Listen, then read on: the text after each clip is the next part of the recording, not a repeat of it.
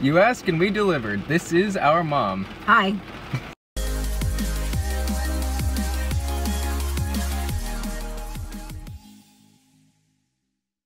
Hi, this is Parsifal here with our mother.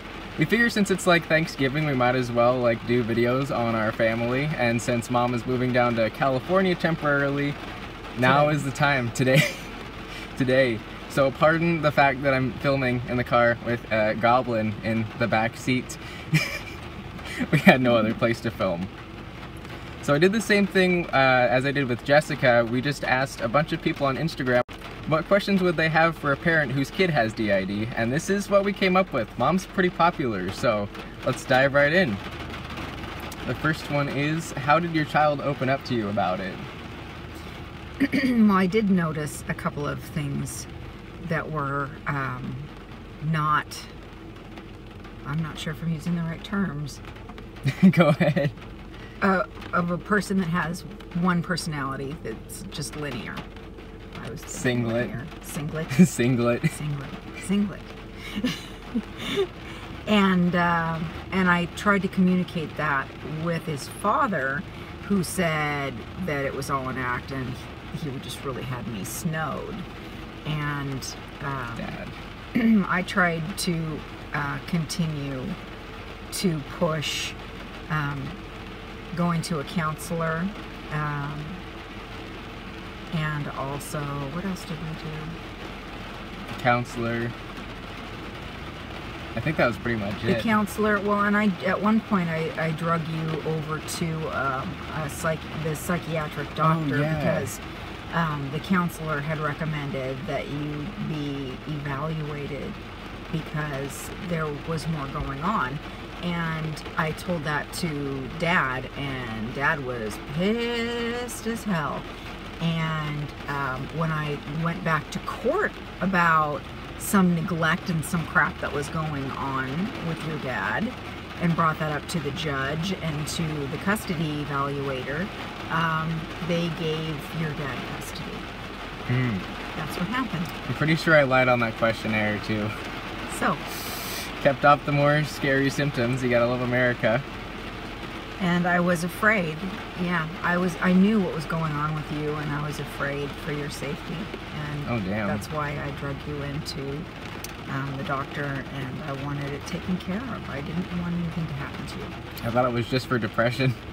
Oh, jeez. I knew there was other stuff going on that needed to be taken care of. All because right. I, have also depression, and I've been dealing with that for, God, since I was a child. Okay. Next one is, any advice to other parents? Oh, God. Remember why you wanted to bring them into the world to begin with. You wanted another human being that you could make their life better than yours. And you just wanted them to be surrounded with love. Do your job. Savage. Do your job. That's your only job, especially after the age of 18, when it's no longer your business. And your main job at that point is to advise and guide, to help them be the happiest and healthiest and most fulfilled in their life.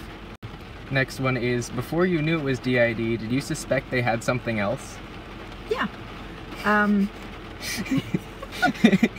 Yeah. Yeah, I did. There were a couple of things that I was afraid of. Yes. Yes. Yes. One is the fact that I have a lot of spirit activity that happens around me, and a propensity to see things that a lot of people don't.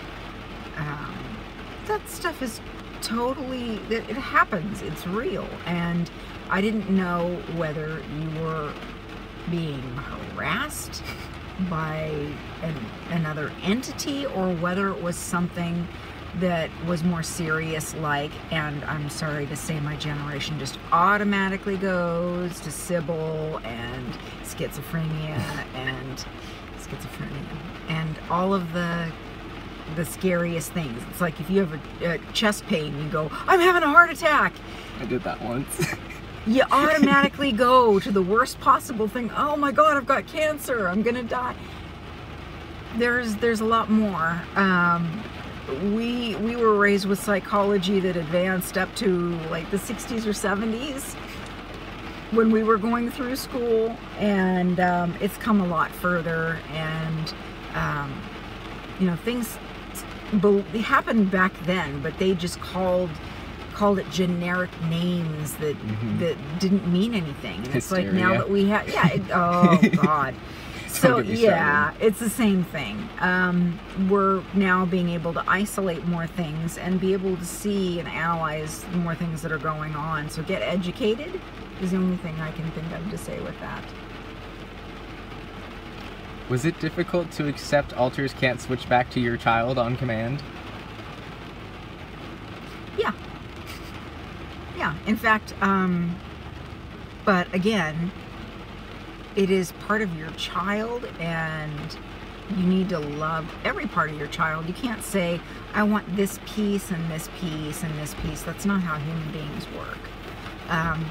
Oh, he'd be great if this annoying habit, and how many of you ladies say, oh, he'd be perfect if only just this. Let's see if we can swing him that way. Okay. No. Love the person for who they are in their entirety. Good. How's your relationship with all the others?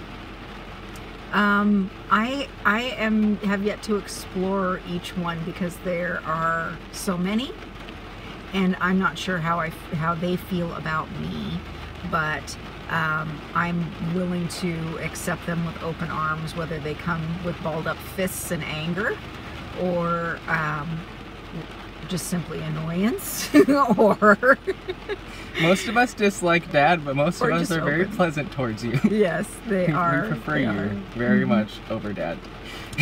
So that, and yeah, you don't like every tiny little piece of any human being. So, deal. Let's see. This print is so tiny. Do you think Devin should aim to integrate the altars? If not right now, then at some point in the future? What I think and what may be most healthy and easy to do or best are not the same thing necessarily. That's not up to me to decide, and I know that.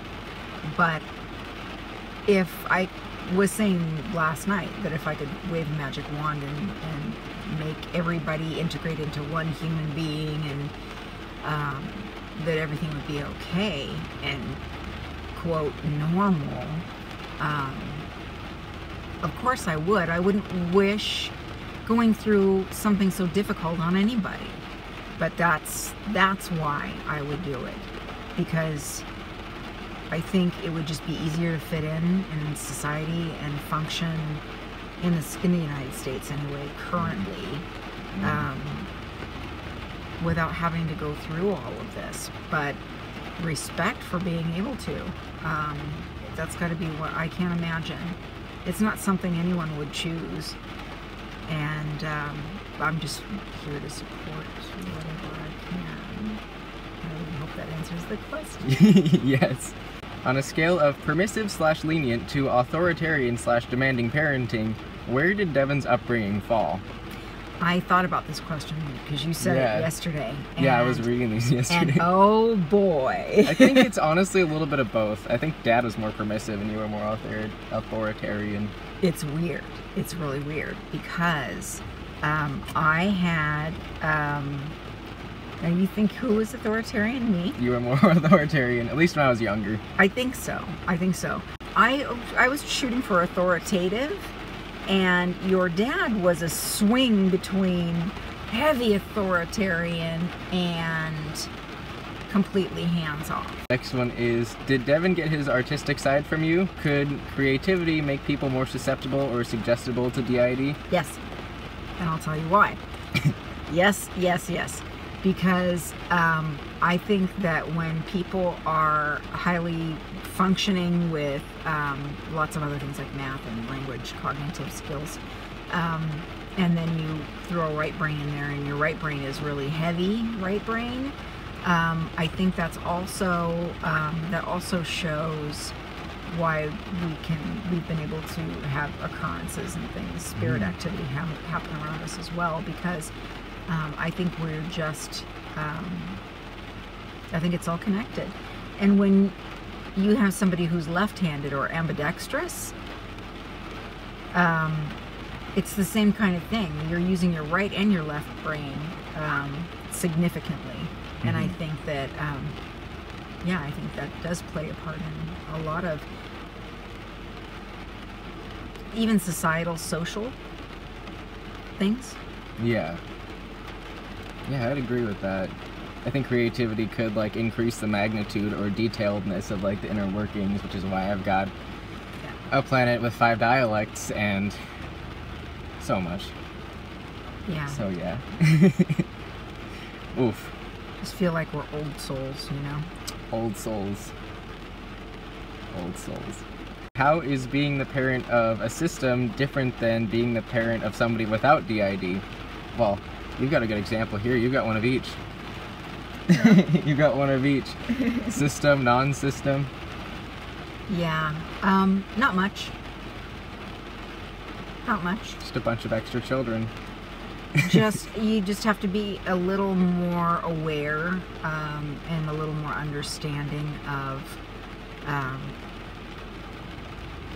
other things that pertain to a child with D.I.D. As opposed to one that doesn't. That's all. In short, keeping me away from strobe lights. and sage. And sage, but that's just an allergy. Things, yeah. Yeah, it's the same thing. Any hazardous, anything bad for you. Yo, triggers are basically allergies. You just shield your child best you can. How long did it take her to become open and accepting of it? It seemed like it was pretty short. It only took like a little bit of explaining and everything. Like the first time I introduced it, it was just like, yeah, this is what's going on, and she was like, okay. And like I like kept explaining a little bit more in depth, and then it like clicked more so. But I remember when I was a kid, before bedtime, I'd want to hear like stories and stuff, and I'd always want to hear about Sybil and the different personalities.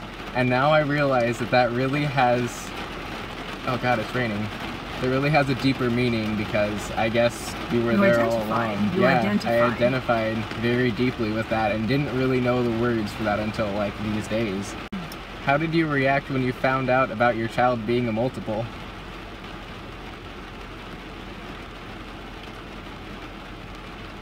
Well, I went through, actually, I think, probably all the stages of grief. I hate to say that, but well, it's warranted. In a selfish way, from the time I was pregnant or even before, you have expectations and a vision of where you want your child's life to be and go, and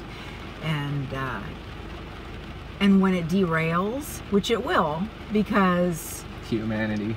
Because we always expect some pretty lofty, crazy stuff. I wasn't famous either, so I didn't become a rock star. Yeah. So there's still time. Could be a rock star. My sweet guy. So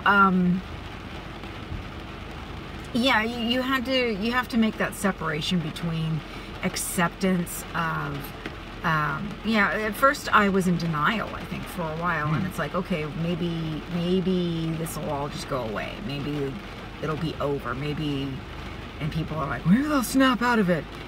Dad. And that's stupid.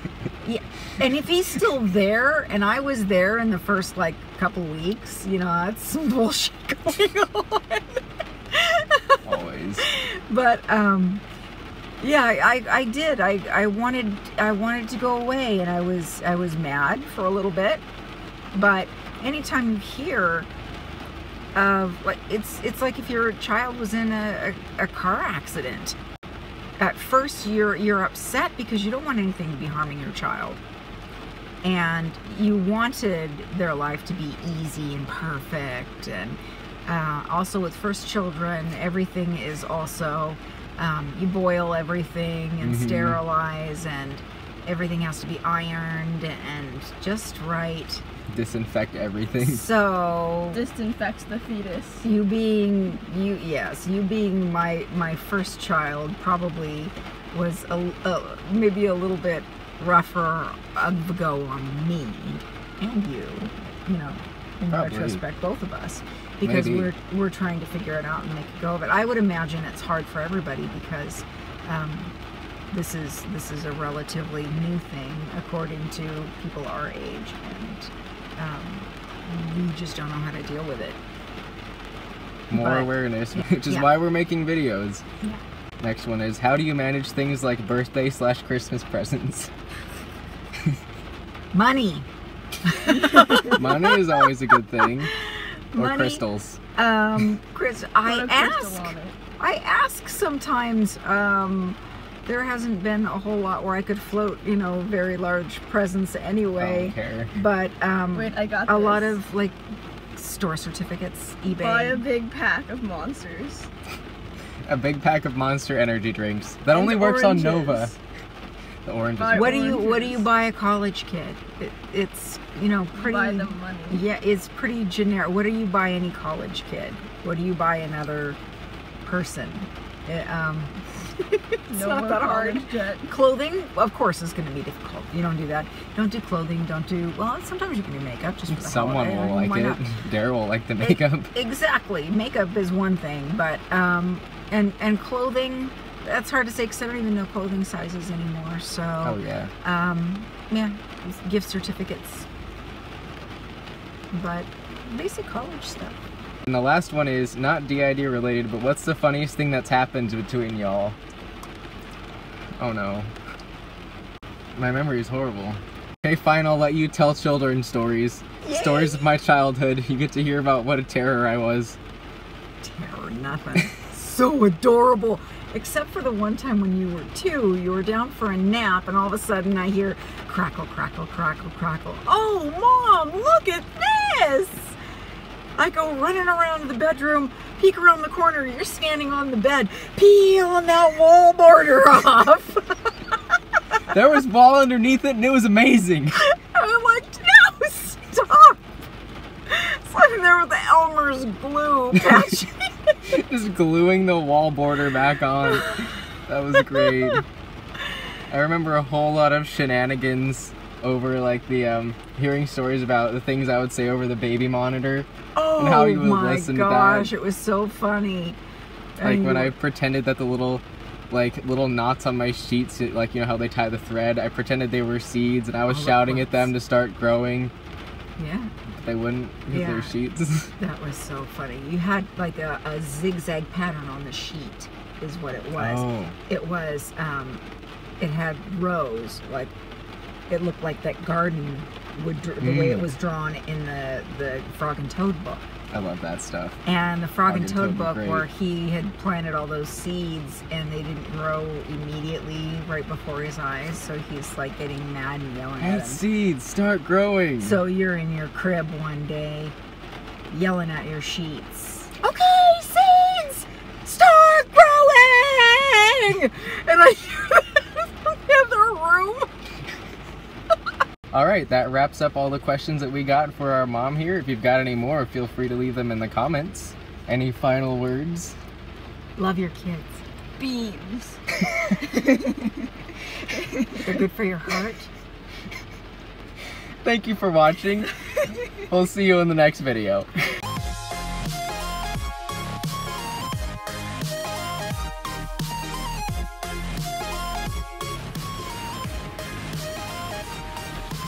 Cornflakes.